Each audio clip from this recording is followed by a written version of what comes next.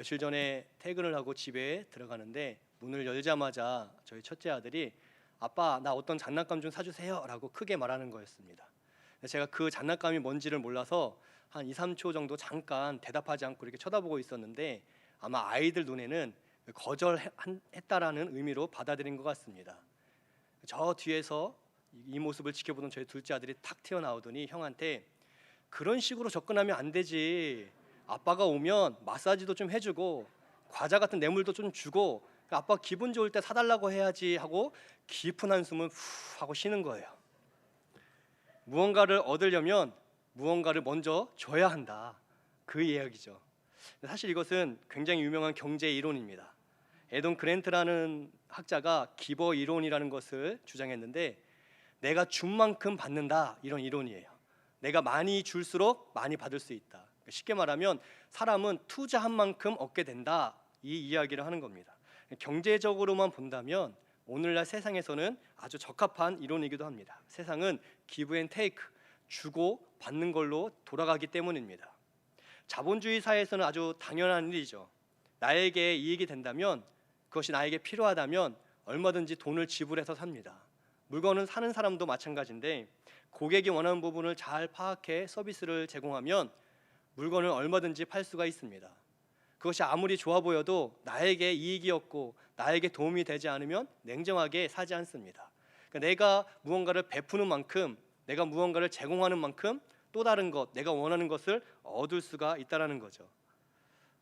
커피숍 중에 스타벅스라는 커피숍이 있습니다. 세계적으로 아주 유명한 커피 매장인데 미국에서만 7,000개가 넘습니다. 우리나라에도 엄청나게 많습니다. 제가 어제 시간이 좀 돼서 대전에 몇 개가 있는다 한번 세봤는데 60개나 있었습니다. 대전에 60개가 있다는 얘기는 무슨 말이냐면, 우리가 대전에 어디에 있던 마음만 먹으면 10분 안에 스타벅스에 갈 수 있다는 거죠. 얼마든지 우리는 쉽게 접근할 수 있는 이 커피숍이 스타벅스입니다. 이 스타벅스가 이렇게 세계적인 인기가 있었는데 단순히 그 브랜드가 좋아서가 아닙니다. 거기에는 이 스타벅스의 전략이 숨어져 있는데 철저히 기브 앤 테이크 전략을 쓴다는 거예요. 이 승승장구하던 스타벅스가 위기가 한 차례 있었습니다. 2008년이었습니다. 그 전까지 1,000개, 2,000개, 미국에서 1,000개, 2,000개 정도 매장이 있을 때에는 괜찮았는데 5,000개, 6,000개가 되면서 문제가 발생하기 시작했는데 소비자들이 냉정하게 이 커피를 사 먹지 않는 거예요.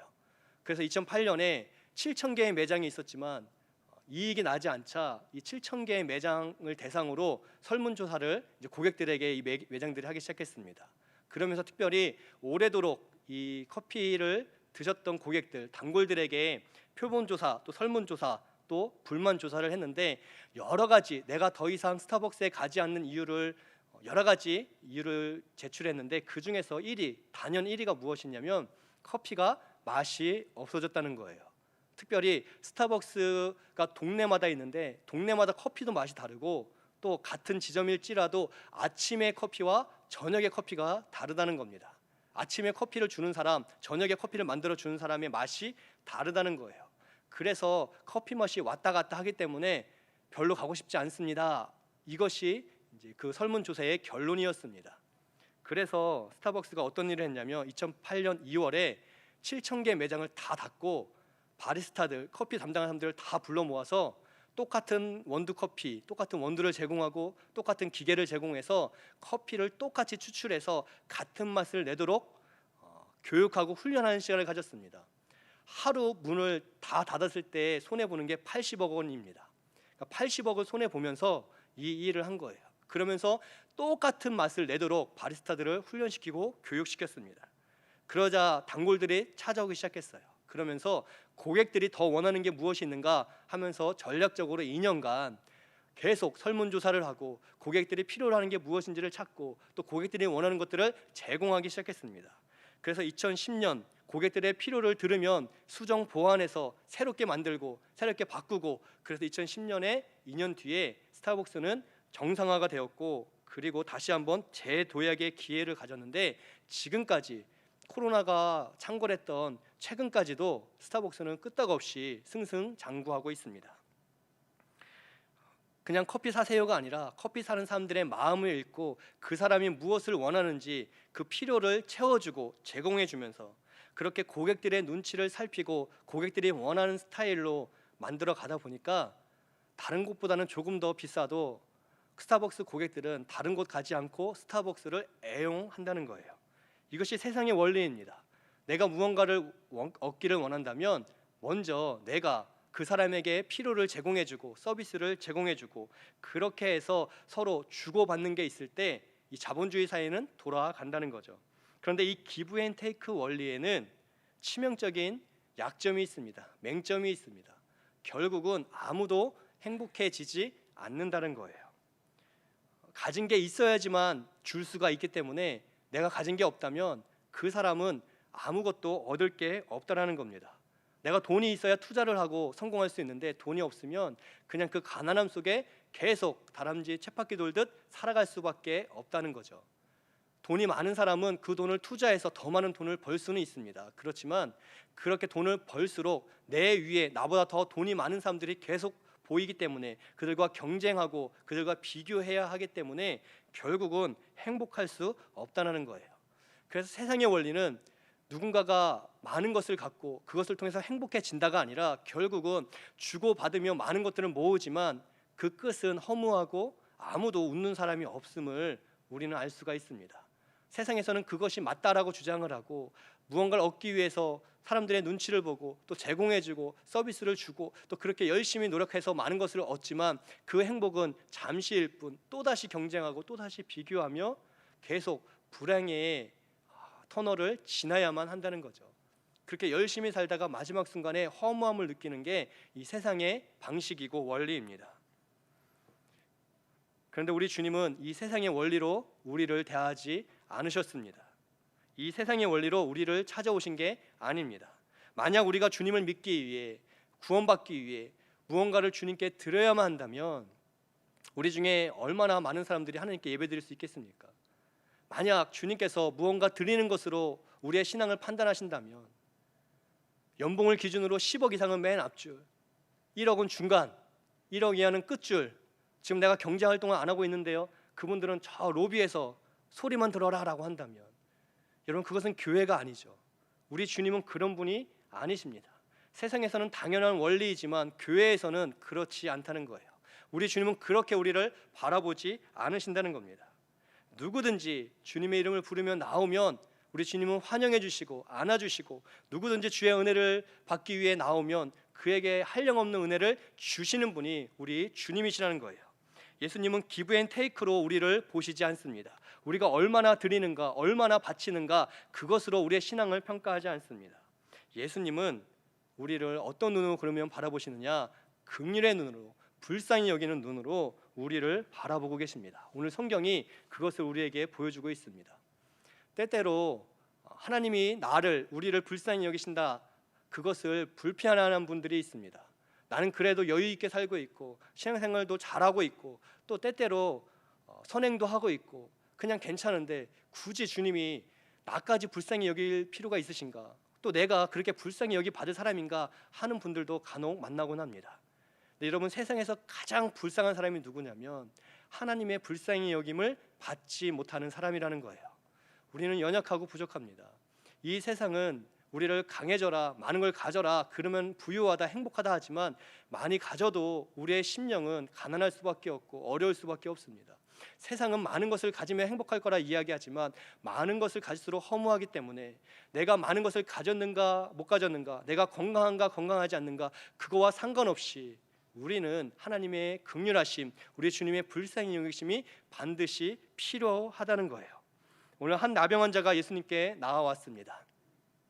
나병은 문둥병을 의미하는데 율법적으로 본다면 이 나병 환자는 격리 조치 대상입니다. 왜냐하면 부정한 질병이기 때문에, 그리고 이 부정한 질병 갖고 있는 사람이 깨끗한 사람, 정한 사람과 있으면 그 사람에도 그 부정이 전파된다. 이 부정한 나병 환자를 만지면 그 나병이 나에게 옮는다라고 하는 잘못된 오해가 있었기 때문에, 그래서 이 사람들은 한 마을에 살지 못하고 나병 환자가 되는 순간 쫓겨나 마을 바깥에서 생활해야만 했습니다. 그만큼 나병은 혐오의 질병이었고 나병 환자들은 경멸의 대상이었습니다. 특별히 당시에는 하나님께 큰 죄를 지은 사람이 나병에 걸린다라고 하는 잘못된 상식이 있었기 때문에 이들은 사람들에게 의해서 혐오의 대상, 함께 어울리면 안 되는 대상이었습니다. 나병 환자들은 고침받지 못하는 이 나병이라는 병 때문에도 괴롭지만, 그러나 나병에 걸리는 순간 가족으로부터 버림받기 때문에 더 힘들고 괴로운 그런 사람들이었습니다. 가족이 가족을 버리는 건 지탄받을 일입니다. 그러나 당시에 나병에 걸렸다면 그 나병 걸린 가족을 내쫓았을 때 그 가족은 지탄이 아니라 박수를 받았습니다. 잘했다, 부정한 사람을 내보내야 된다라고 사회적으로 그 사람을 칭찬했습니다. 반면 나병 환자는 사랑하는 가족으로부터, 사랑받았던 가족으로부터 쫓겨나야만 했습니다. 어릴 때부터 함께 어울렸던 친구들, 지인들로부터 외면당해야 했습니다. 그렇게 철저히 격리된 사람들. 근데 그것을 넘어서 이들이 바깥에서, 마을 바깥에서 살 때 혹 부지 중에 이들이 나병 환자인 것을 모르고 지나가다가 사람이 접촉할 수 있기 때문에 이들에게는 법적으로 해야 될 의무가 있었는데, 만약 사람들이 자기 주위를 지나가는 소리가 들리면, 인기척 소리가 들리면 벌떡 일어나서 나는 부정합니다, 나는 부정합니다 라고 외쳐야만 했습니다.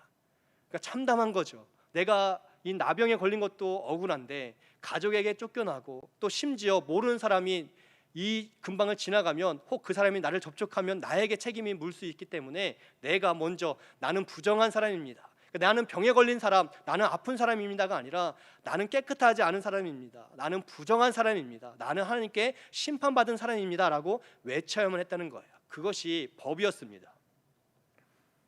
그런 나병 환자가 예수님의 소문을 듣고 마지막 용기를 내어 예수님께 찾아오는 장면이 오늘 말씀입니다. 나병 환자는 제사장의 허락이 없이는, 특별한 일 없이는 사람들 앞에 나와서는 안 되는 사람이었습니다.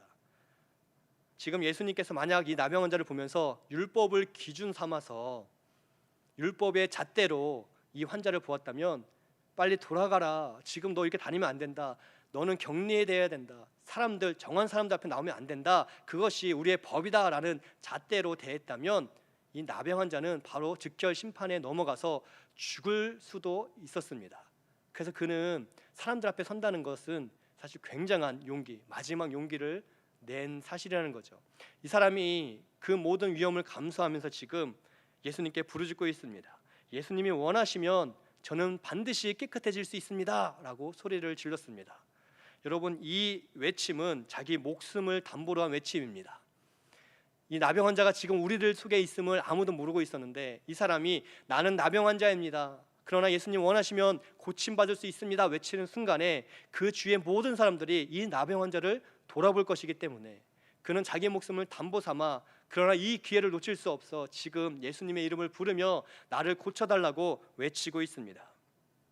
만약 이 사람이 많은 재물을 가졌다면 그 재물을 이용해 예수님을 모처로 초청해서 따로 만날 수 있을지도 모르겠습니다. 만약 이 사람이 인맥이 있다면 힘 있는 사람을 동원해서 예수님을 자기가 있는 곳으로 초대할 수도 있었을 거예요. 그러나 나병 환자는 재산이 없습니다. 쫓겨났습니다. 바깥에서, 마을 바깥에서 살아야 되는 사람이었습니다.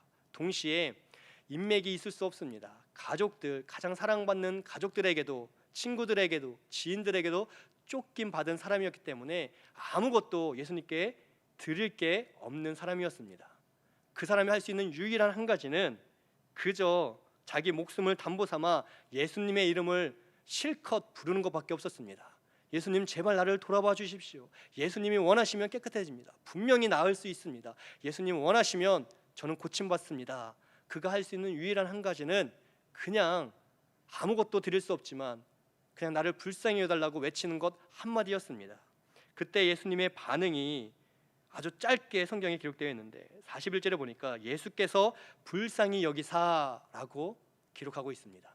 예수님께서 불쌍히 여기사, 그 소리를 듣고 나병 환자를 바라볼 때 율법을 기준으로, 당시의 관례를 기준으로 바라본 게 아니라 불쌍히 여기며 그 영혼을 우리 예수님께서 바라보셨다는 거예요.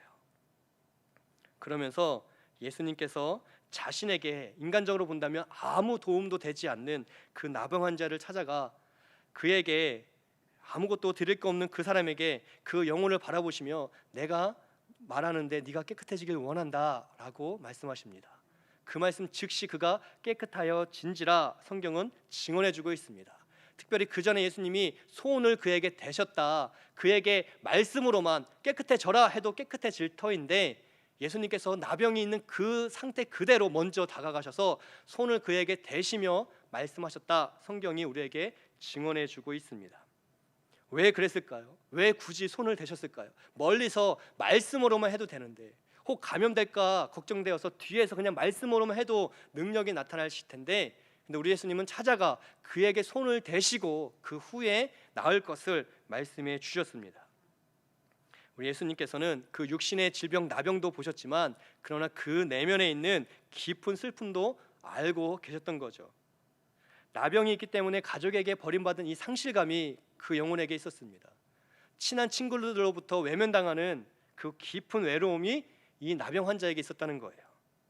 그냥 병만 치료된다면 이 사람은 육신은 건강히 회복되어야 할지 모르겠지만, 여러분 그 후에 분명히 그의 가족은 그를 받아주고 친구들은 다시 찾아오겠죠. 그런데 여러분, 내가 병이 있을 때는 나를 외면했던 가족들, 친구들이고 내가 나았다고 또 아무렇지도 않게 찾아오는 사람들이라면 여러분, 그 사람들을 사랑할 수 있겠습니까? 그 사람들과 어울릴 수 있겠습니까? 내가 나병이 있을 때는 나를 떠나고 내가 다 나으면 찾아오는 사람들, 내가 어려울 땐 나를 외면하고 내가 좀 살만하면 찾아오는 사람들, 내가 정말 도움이 필요할 땐 다 나를 모른 척했다가 내가 살만해서 이제 좀 괜찮아지면 아무렇지도 않은 척, 마치 어제도 나와 교제한 척 찾아와 손 내미는 이들을 받아들일 수 있을까요? 지금 이 나병 환자는 육신의 질병도 있었지만 그 내면에는 그것과 비교할 수 없는 더 큰 깊은 상처 속에서 마음의 질병이 자리 잡고 있었을 거예요. 우리 예수님이 그것을 지금 발견하신 겁니다. 이 사람이 그냥 육신의 병만 나았다면 이 사람은 깨끗한 몸을 가지고 사람들과 어울려 살았겠지만, 그러나 사람들을 향한 원망과 분노가 내면에 있었을 것이고, 어쩌면 그 원망과 분노 속에 복수심에 자기 인생 전부를 쏟아붓다가 그냥 끝났을지도 모르겠습니다. 그러나 우리 주님은 그를 불쌍히 여겨주셨습니다. 그를 불쌍히 여긴 건 단순히 나병이라고 하는 그 질병 때문이 아니라 그의 영혼을 보셨기 때문에, 그의 영혼이 메말라 있었기 때문에, 그의 영혼이 죽어가고 있었기 때문에 우리 주님께서는 그 영혼을 살피시고 아직 나병이 있는 그 사람에게 찾아가서 아무도 단 한 명도 틈되지 않았지만 마치 그를 안아주듯, 마치 그의 등을 격려해주듯 두드리면서 손을 내밀어 그에게 대시며 그 후에 깨끗해져라 말씀하셨습니다. 그의 육신만 깨끗해지는 게 아니라 그의 마음도 깨끗해지기를, 그의 영혼도 소생케 되기를, 깨끗해지기를 우리 주님이 원하시고 선포하셨다는 거예요. 그 후에 그는 깨끗해지었습니다. 그의 육신의 질병뿐만이 아니라 마음의 질병도, 영혼의 질병도 깨끗이 고침 받았습니다. 우리 예수님께서는 이처럼 세밀하신 분이세요. 예수님의 긍휼과 예수님의 불쌍히 여기심, 이 은혜는 이처럼 세밀하게 그 영혼의 상태를 살피시고 그에게 찾아가 그에게 가장 필요한 것들을 허락해 주신다는 것을 믿으시기 바랍니다. 단순히 병이 고쳐진 게 아니라 그에게는 새 생명이 시작된 거예요. 병이 고쳐졌지만 그의 마음이 어그러지고 그의 영혼이 피폐하다면 그는 새 생명을 살 수 없습니다. 그냥 육신만 깨끗해졌지만 마음은 병든 또 다른 그런 병자일 뿐입니다. 그러나 우리 예수님은 그의 마음도 그의 영혼도 깨끗하게 고쳐주셔서 그가 새로운 삶을 살 수 있도록 은혜 내려 주셨습니다. 그가 무언가를 드렸기 때문에, 예수님이 그렇게 해줄 만한 어떤 선한 것을 그가 갖고 왔기 때문이 아니라 그저 그 영혼을 불쌍히 여기사 주의 은혜로 우리 예수님이 고쳐주셨습니다. 사랑하는 성도 여러분, 우리도 그렇습니다. 우리가 하나님 앞에 나올 때 과연 하나님께서 받으실 만한 것을, 또 하나님께서 자랑스럽게 여길 만한 것을 우리가 갖고 왔을까요? 여러분, 이 지역에 있는 구청장을 만날 때에도 학연 지연이 없으면 만날 수가 없습니다. 구청장을 만나고 싶어도 아무나 만날 수 없습니다. 이 구에 도움이 되는 어떤 득이 될 만한 일이 없으면 구청장 만나기도 굉장히 어렵습니다. 그러나 하나님의 아들 예수님은 그런 식으로 우리에게 찾아오지 않았고 그런 것들을 우리에게 요구하지 않았습니다. 예수님은 그저 우리가 할 수 있는 게 나병 환자처럼 예수님의 이름을 부르는 것, 예수님의 은혜를 사모해서 주님 나를 불쌍히 여겨 주옵소서 하는 그 마음 하나일 뿐인데, 그런 우리가 예수님을 찾으면 예수님은 고개를 돌리시사 우리를 돌보시고 불쌍히 여기시사 가난한 마음으로 주님을 찾는 이들을 만나주시고 회복시켜주시고 고쳐주시고 또 깨끗하게 바꾸어 주시는 분이라는 것, 오늘 성경이 우리에게 강력하게 증언해주고 있습니다. 우리가 많은 것을 가져서가 아니라 그저 예수님의 은혜가 필요해서 가난한 마음으로 모이는 것, 그거 하나만으로 충분하다는 거예요. 우리 예수님은 그 마음으로 괜찮다라고 말씀하십니다. 오늘날 우리가 이 세상을 살면서 공고할 때가 얼마나 많이 있습니까? 마음이 어려울 때가 얼마나 많이 있습니까? 봄을 지나면서 코로나가 이제 좀 잡히나 보다, 이제 좀 괜찮아지나 보다, 극복되는가 보다 했는데 다시 재유행하고 있습니다. 여러분, 지금 대전에 하루에 4,000명, 5,000명 나오는데 이게 봄에 나오는 4,000명, 5,000명보다 훨씬 중요합니다. 왜냐하면 이미 상당수가 코로나에 걸렸고 또 나음 받았기 때문에 지금 걸리는 분들 대부분은 코로나 걸리지 않은 사람들 중에 4,000명, 5,000명이 걸리는 거예요. 예전으로 친다면 10,000명 이상 걸리는 걸지도 모르겠습니다. 굉장히 많은 분들이 다시금 재확산 속에서 감염되고 있습니다. 또 보니까 재감염 사례도 늘고 있습니다. 이제 끝나는가 보다라고 안심했는데 다시 처음으로 돌아갔습니다. 1년 지나면 괜찮아질까요? 이 코로나는 언제든 우리가 방심하면 또 퍼지고 또 새로운 형태로 나타나서 또 우리를 불안하게 하고, 이제 좀 마스크 벗나 보다 싶은데 다시 마스크를 쓰게 하고, 이제 좀 생활할 수 있나 보다 싶은데 다시금 우리의 삶을 제약하고 있습니다. 물가와 금리는 계속 오르고 있죠. 정치와 경제는 안정이 되지 않고 있습니다. 원숭이 두창이라는 바이러스가 미국과 유럽을 휩쓸고 있습니다. 또 새로운 뉴스를 보니까 중국에서 이 박쥐로부터 나오는 코로나 말고 또 다른 바이러스가 또 중국 곳곳에서 나타나고 있다고 합니다. 새로운 바이러스, 새로운 질병이 계속 우리를 위협합니다. 기상이변과 기후 이상 현상은 더 이상 변수가 아니라 상수입니다. 이제는 기상이변은 당연한 것이 되었습니다. 이렇게 모든 게 불확실하고 모든 게 불안정할 때, 가정경제는 무너지고 가정은 불화해지고 있는 이때에 우리 마음 둘 데가 어디 있겠습니까? 사람들은 이럴수록 더 돈에 집착해서 돈이 나에게 안정을 줄 거라고, 또 인맥들이 나에게 평안을 줄 거라고, 또 세상 방식이 내가 많은 것들을 투자했으니 많은 것들을 돌려줄 거라고 기대하지만, 여러분 그 끝은 허무함과 허탄함밖에 없다는 거예요. 오늘 아침에 나온 뉴스 제목입니다. 코로나19로 혼인, 출산은 줄고 사망은 늘어. 오늘 아침에 나온 뉴스예요. 코로나19로 혼인, 출생은 줄고 사망은 늘어. 여기까지 본다면 큰 문제죠.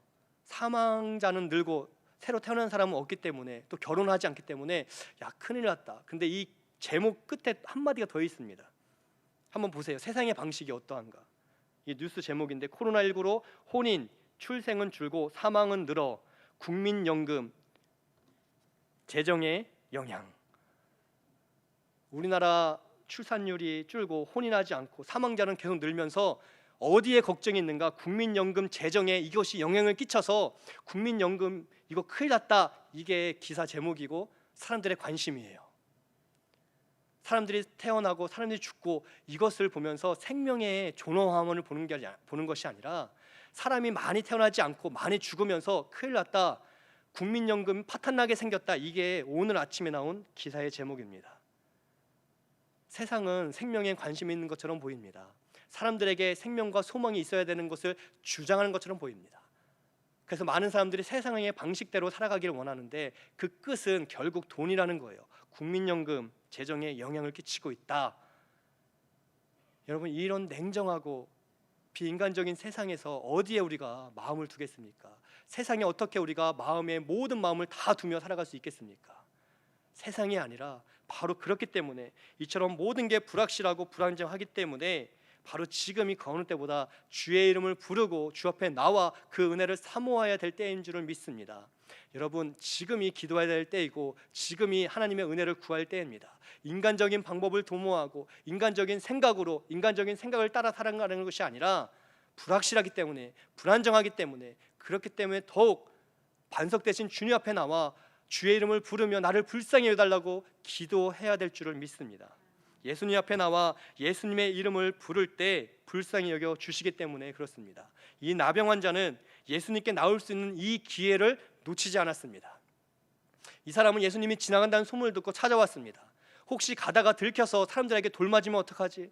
혹시 내가 예수님 나를 불쌍히 여겨주세요, 나를 고쳐주세요 말했는데 예수님께서 못 들으시면 어떡하지?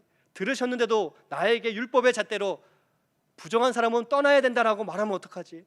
여러 가지 예수님께 나오는 것을 방해하는 것들이 많았지만 이 사람은 예수님께 나올 수 있는 이 마지막 기회 하나를 붙들기를 선택했다는 거예요. 그는 있는 힘을 다해 예수님의 이름을 불렀습니다. 아무도 그에게 생명과 소망 되어 줄 수 없기 때문에 유일하게 예수님만은 나에게 생명이 되어 주시고 소망 될 것을 믿었기 때문에 그는 예수님께 나가는 것을 방해하는 많은 요소가 있었음에도 불구하고 마지막 기회를 잡기 위해서 사람들 사이로 나와 예수의 이름을 부르고 나를 깨끗하게 하실 수 있습니다라고 믿음으로 고백했다는 거예요. 그 믿음대로 우리 주께서 응답하셨습니다.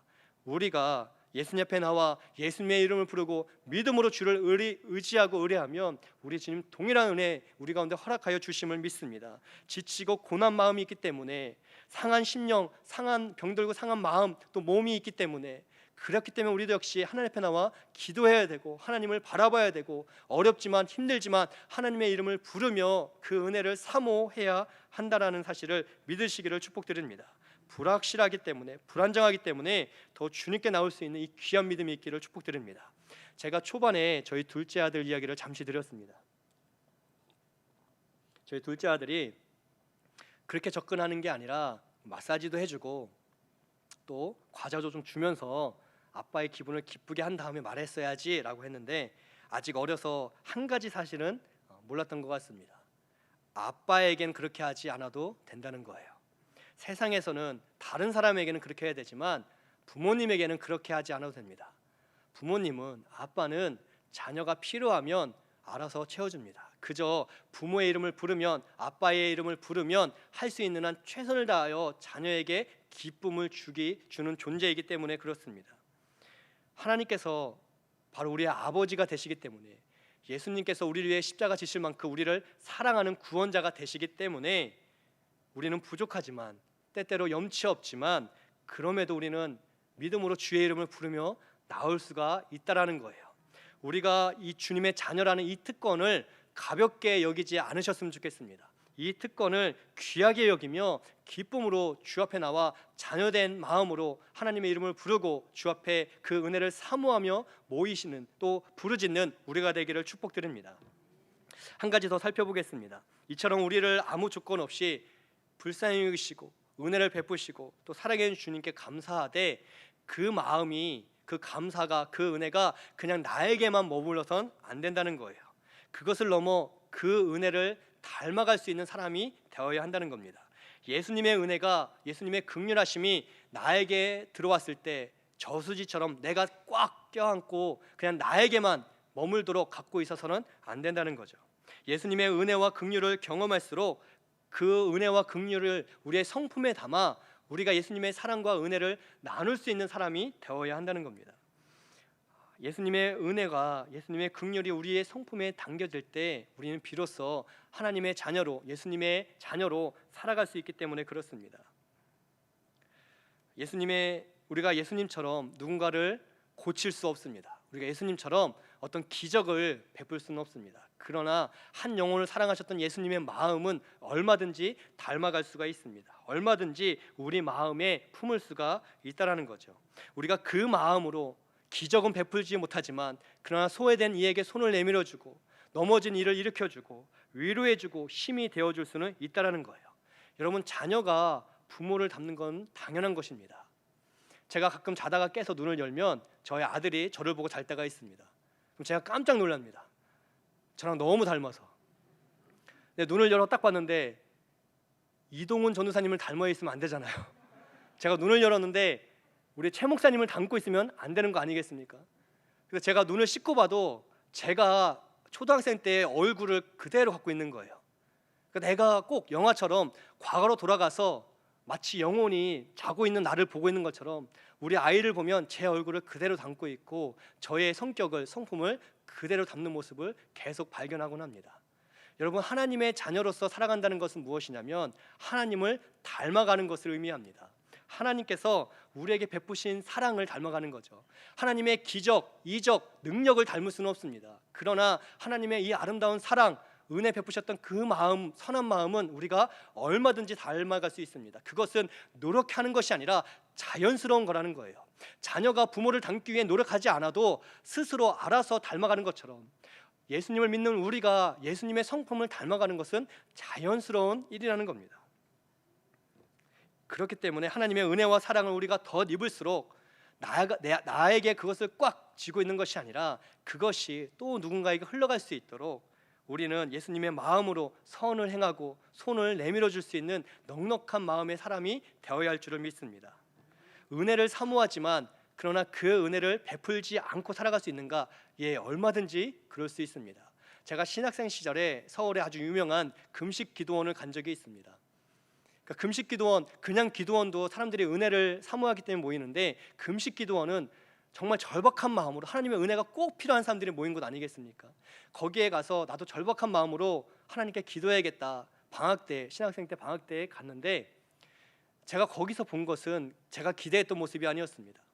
모든 사람들이, 수백 명의 사람들이 하나님의 은혜를 사모하여 뜨겁게 기도하고 뜨겁게 예배 드리지만 그러나 예배 시간이 지나면 싸우는 거예요.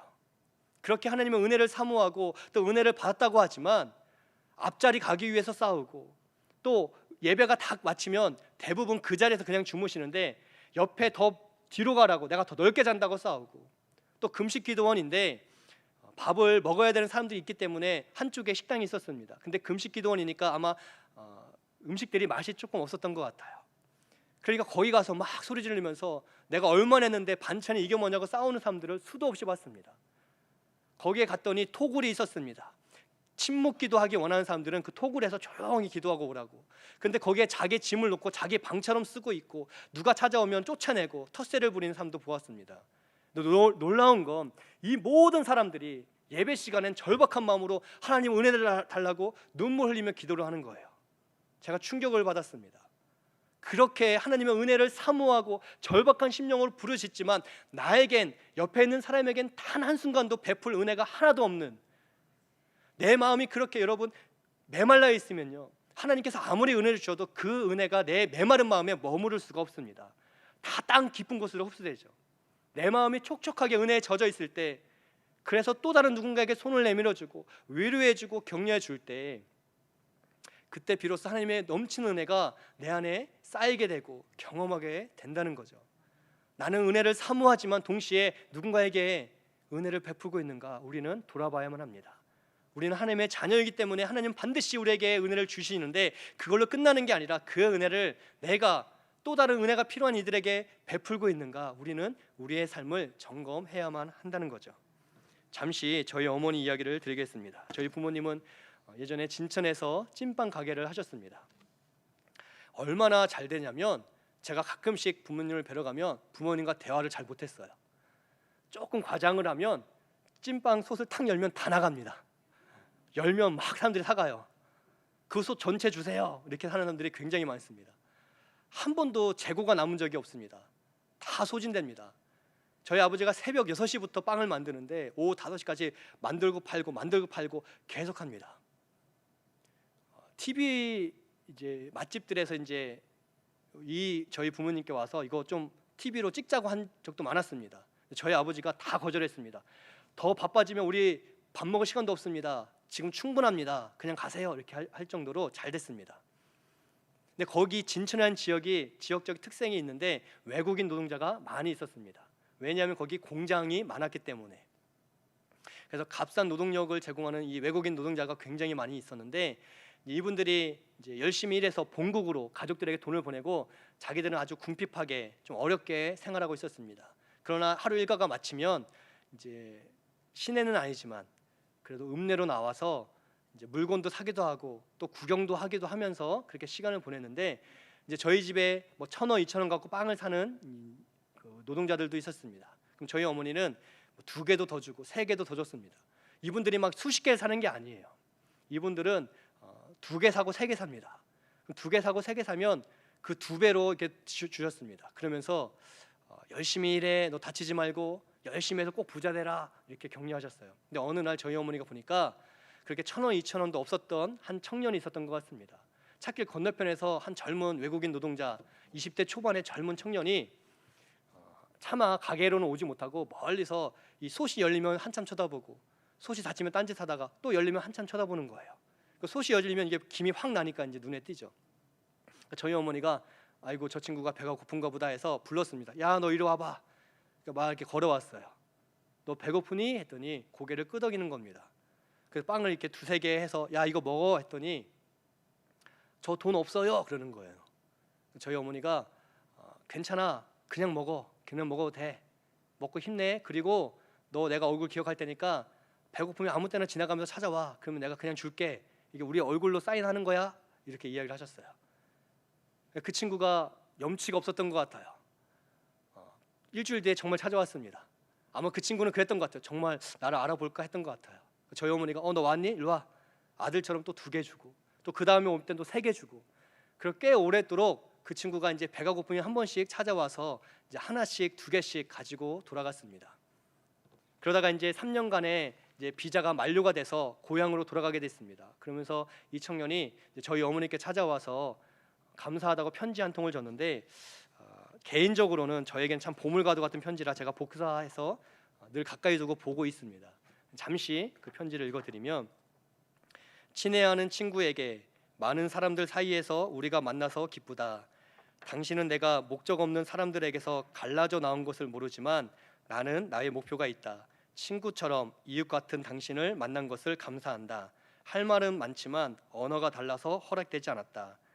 이제 나는 3년간 일을 마치고 여기를 떠난다. 당신의 친절에 감사하며 스리랑카 친구가 고맙습니다 하고 자기 이름을 쓰고 스리랑카 말로 자기 이름과 사인을 하고 이제 저희 어머니께 감사의 마음을 이렇게 표현했습니다. 외국인 노동자들 무시할 수 있죠. 우리가 관심 없어 해도 아무 문제 되지 않습니다. 그런데 한 가난한 청년의 배고픔을 저희 어머니는, 평범한 저희 어머니는 그냥 불쌍하게 생각해서 불러다가 빵을 2개, 3개 주셨습니다. 그 다음에 와도 또 주고, 그 다음에 와도 또 주고, 그러면서 너 다치면 안 돼. 다치면 그게 제일 큰 손해니까 이래도 열심히 하되 다치지 않게 하고, 너 부자 되라, 잘 돼야 돼, 가족 생각하면서 열심히 해. 계속 그렇게 격려해 주셨습니다. 그 말이 이 친구에게는 굉장히 큰 은혜가 되었던 것 같습니다. 이 사람은 1,000원, 2,000원짜리 빵도 못 먹을 만큼 가정으로 돈을 보내야 되는 친구였던 것 같습니다. 편지에 내가 목적 없는 사람들에게서 갈라져 나온 것, 스리랑카 사람들이 꿈이 없고 소망이 없는데 내가 그렇게 꿈이 없는 사람들, 목적 없는 사람들에서 그래도 나는 목표가 있어서 우리 가족을 향한 꿈이 있어서 갈라져 나온 것, 사람들은 몰랐지만 내가 왜 돈 1,000원도 못 쓰는지 사람들은 모르지만 그러나 당신은 친절히 나에게 친구처럼 이웃처럼 대해주어서 감사하다. 당신은 나의 친구다라고 이제 편지에 쓴 거죠. 예수님께서 베푸신 기적, 예수님이 베푸신 놀라운 이적을 우리는 따라할 수가 없습니다. 우리에겐 그런 능력이 없습니다. 그렇지만 예수님께서 베푸신 섬김은 우리가 얼마든지 배울 수 있고 우리의 삶을 통해서 따라할 수 있습니다. 누군가를 불쌍히 여기고 긍휼히 여기는 이 마음은 우리가 얼마든지 닮아갈 수 있습니다. 사실은 자연스러운 것입니다. 하나님의 은혜를 받을수록 그 은혜에 감사해서 하나님께 갚을 수 없어서 또 다른 소외된 이에게 그 은혜를 흘려보내는 것, 이것은 굉장히 자연스러운 일입니다. 우리가 나병 환자의 나병은 고칠 수 없습니다. 그건 예수님만이 하실 수 있는 일이죠. 그러나 예수님처럼 우리는 나병 환자에게 손을 내밀어 줄 수 있습니다. 그의 등을 쓰다듬어 줄 수 있습니다. 당신은 혼자가 있는 게 아니라고 손 잡아줄 수 있습니다. 그의 아픔을 고칠 수는 없지만 그의 아픔 때문에 같이 울어줄 수 있고 기도해 줄 수 있습니다. 그런 따뜻함이 우리에게 있었으면 좋겠습니다. 여러분, 거창하지 않고 화려하지 않아도 괜찮습니다. 하나님을 사랑하고 그리고 이웃을 사랑한다면 얼마든지 우리는 예수님의 마음으로 우리의 이웃들을 돌볼 수 있고 섬길 수가 있습니다. 이 마음이 우리에게 있기를 축복드립니다. 말씀을 마치겠습니다. 사랑하는 성도 여러분, 우리는 하나님의 은혜, 하나님의 긍휼하심이 필요한 사람들입니다. 우리가 먼저 그 은혜가 필요합니다. 아무것 없어도 됩니다.